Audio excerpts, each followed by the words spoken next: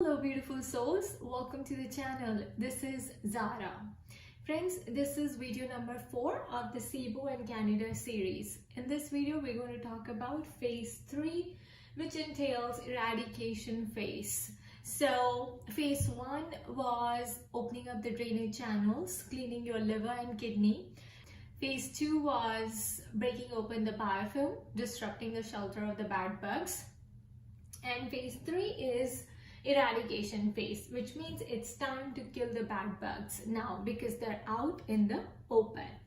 To kill bad bugs, we have two options. The first one is antibiotics, which is the allopathic antibiotics that you can take. The time period for antibiotics is 2 to 2 weeks because they're pretty strong. And you have two options again in this one. So for SIBO, the antibiotics prescribed are rifaximin. It is also known as xifaxan, right? And the second one is metronidazole. Okay, so these two are antibiotics that are commonly prescribed for killing or getting rid of SIBO.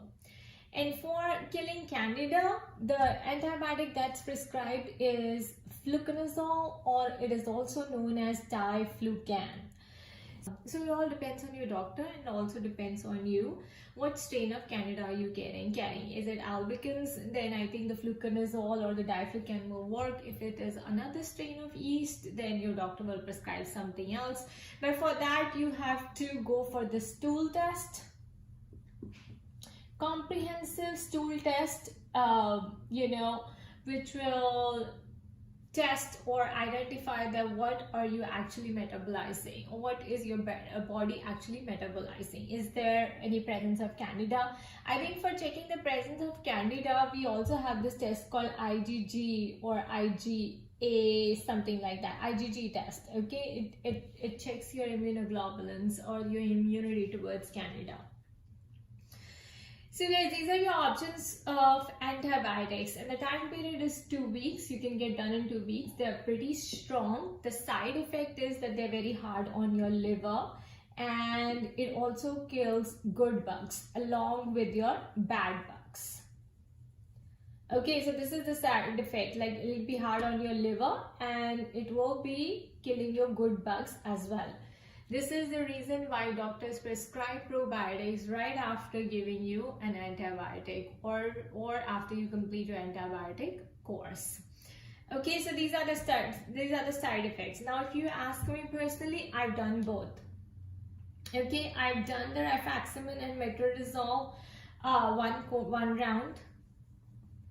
Then second round, I did even a stronger one because this wasn't enough for me. My SIBO was relapsing again and again, right? And the second one, they gave me a stronger antibiotic. So, and it's called sulfa something. It's listed on my blog, guys, so I would definitely like you to check out my blog post for that, and the blog post name is How I Beat SIBO on a Vegan Diet. The link is shared with you in the description box below. Anything and everything I share in my videos, guys, is definitely listed on my blog as well. So if you want to check out this stuff in detail, please go check out my website. It's called spiritualitystrength.com, and again the link is shared with you in the description box below. So I did 2 rounds of antibiotics, guys, and then I also did 1 round of herbal antibiotics, and I also did this, okay, because I had Candida and SIBO both. So 2 rounds of antibiotics and then 1 round of this, and I did this for 4 weeks because for diflucan, it's active in your body for 3 days, so they will only prescribe you like 5 doses. So it's only 5 doses for 2 weeks, and I did 10 doses for 4 weeks, and I'm still battling Candida. Candida is really tough to fight, guys. So your second option is to go with the herbal antimicrobials. These are absolutely harmless. Not absolutely, but yes, like they're liver loving, so they're not that hard on the liver, just like the antibiotics. Because some of the herbal antibiotics do kill good bugs as well. like it will deplete your good bugs in the large intestine. Okay, so your options for herbal antibiotics are, or antimicrobials are, sorry. First one is the neem leaf. This is antibacterial and anti-viral as well, I guess, right? Then pomegranate is also antiviral, antibacterial. And for anti-candida, anti-yeast, right? The herbal antimicrobial is oregano oil by ADP. So these are the oregano tablets. They're pretty concentrated. And this is what she gave me, my doctor gave me for treating the Candida. This is the herbal one, okay? So it does deplete your good bacteria as well, guys. So be careful, but they are less harmful than, in fact, like negligibly harmful than antibiotics. So your first option should be this one. And this was my second option, but it was, you know, but like this will take you longer. It'll take you 4 weeks and it can get frustrating for you. That's why it took me like about an year or so, guys, to actually beat Candida and SIBO, because I did 2 rounds of antibiotics and I did 1 round of this the herbal ones. Another option is SF722. This is also pretty strong to fight Candida or to kill Candida. You can try this by Thorn. So only Thorn makes SF722, guys, and it's pretty potent as well, and I've seen the effects immediately. Okay, so if you want me to write it down for you guys, the herbal options for you, because there are 2 more that I'm gonna discuss here.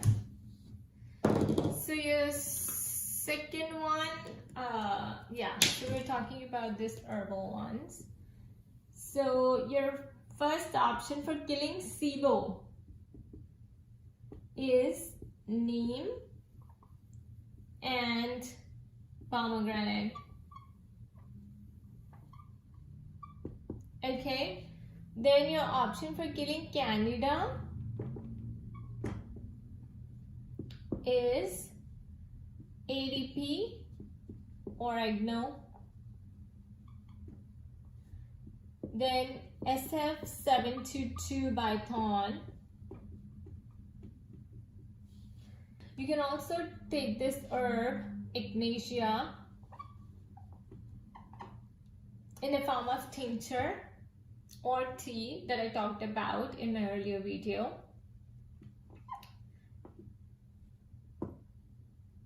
And then you can also do the candibactins.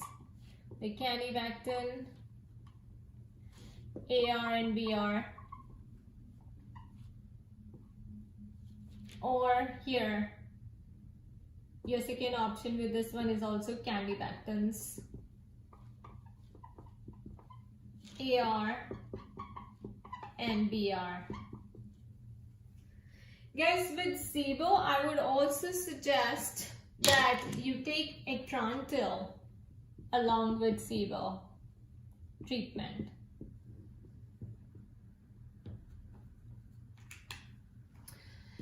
So Atrantil is also very effective in treating the methane gas that's produced by the SIBO bacteria, the small intestine bacterial overgrowth, like whatever bugs sitting in your intestines. When they ferment the food, they produce methane and hydrogen, and Atrantil is very, very effective in killing the methane producing bacteria. Okay guys, these are your options to killing the bad bugs once they're out of the biofilm. You can choose antibiotics, or you can go on herbal antimicrobials, or if your case is very severe, stubborn like mine was, you can try both of them, because SIBO has a tendency to relapse. Candida also. Candida is in fact even more harder to beat than SIBO. So another thing that needs to be kept in mind during phase 3 is, guys, the Herxheimer reaction, which is nothing but a detox reaction that you will get when you break open the biofilm and add antibiotics to your treatment. Detox reaction as in you might feel flu-like symptoms, such as chills and nausea, right? Because your body is detoxing, it's releasing what it has been holding on to for so long. So it's like a shock to your body.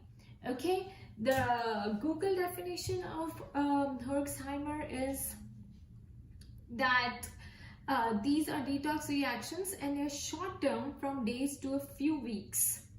As the body detoxifies, it is common to experience flu-like symptoms including headache, body aches, skin rashes, sweating, sore throat, chills, and nausea. So basically, it's a healing crisis detox reaction in which the symptoms briefly worsen before beginning to improve. So basically, your body is going to, briefly worsen, like it's going to become worse before it begins to improve. It's just because, again, the body is releasing all that bad stuff. So you may also call it as detox or a cleansing reaction.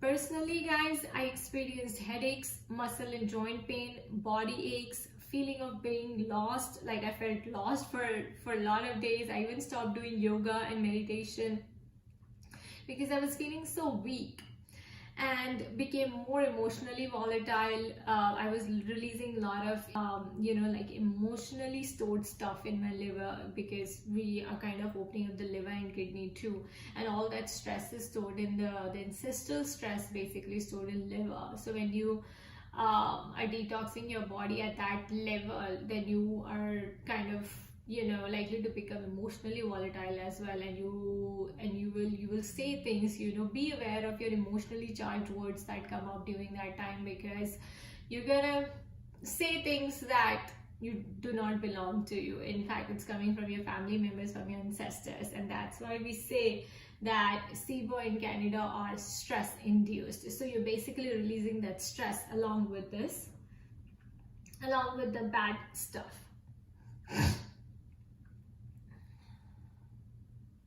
So if you experience any of these symptoms, it means the protocol is working and that you're on the right track. Some people get scared and give up too early. Don't give up. Let it happen. Those are all positive signs indicating biofilm disruption and dying of bad bugs. But of course, if you experience something crazy that feels unbearable or out of control, rush to the ER, emergency room immediately, guys, and don't try to remediate a situation by self-medicating. So if you feel things are getting out of control, you cannot manage all this at home, then I suggest that you rush to the ER, the emergency room or hospital nearby dispensary. Okay, and let doctor handle things from there on then. Otherwise, I was okay. For me, it lasted from, I would say, from 2 to 3 weeks. Yeah, I was kind of rehearsing for the whole month, I guess. Then second month was fine with me because I kept detoxing, like I kept taking NAC, and I still do take NAC sometimes because it works really well for me. So keep in mind, about the Herxheimer reaction. It's very natural. You're gonna have detox symptoms. Your blood pressure can also go up. Sometimes people's blood pressure goes up. They're gonna have severe headache. I know one of my cousin who was doing this Candida cleanse had a bad headache for about 3 or 4 days, and I was telling her that it is just a detox symptom because she was taking NAC and it was her first time. So her body was kind of detoxing, a lot of stuff because she had suffered from COVID too. Okay guys, so do not get scared.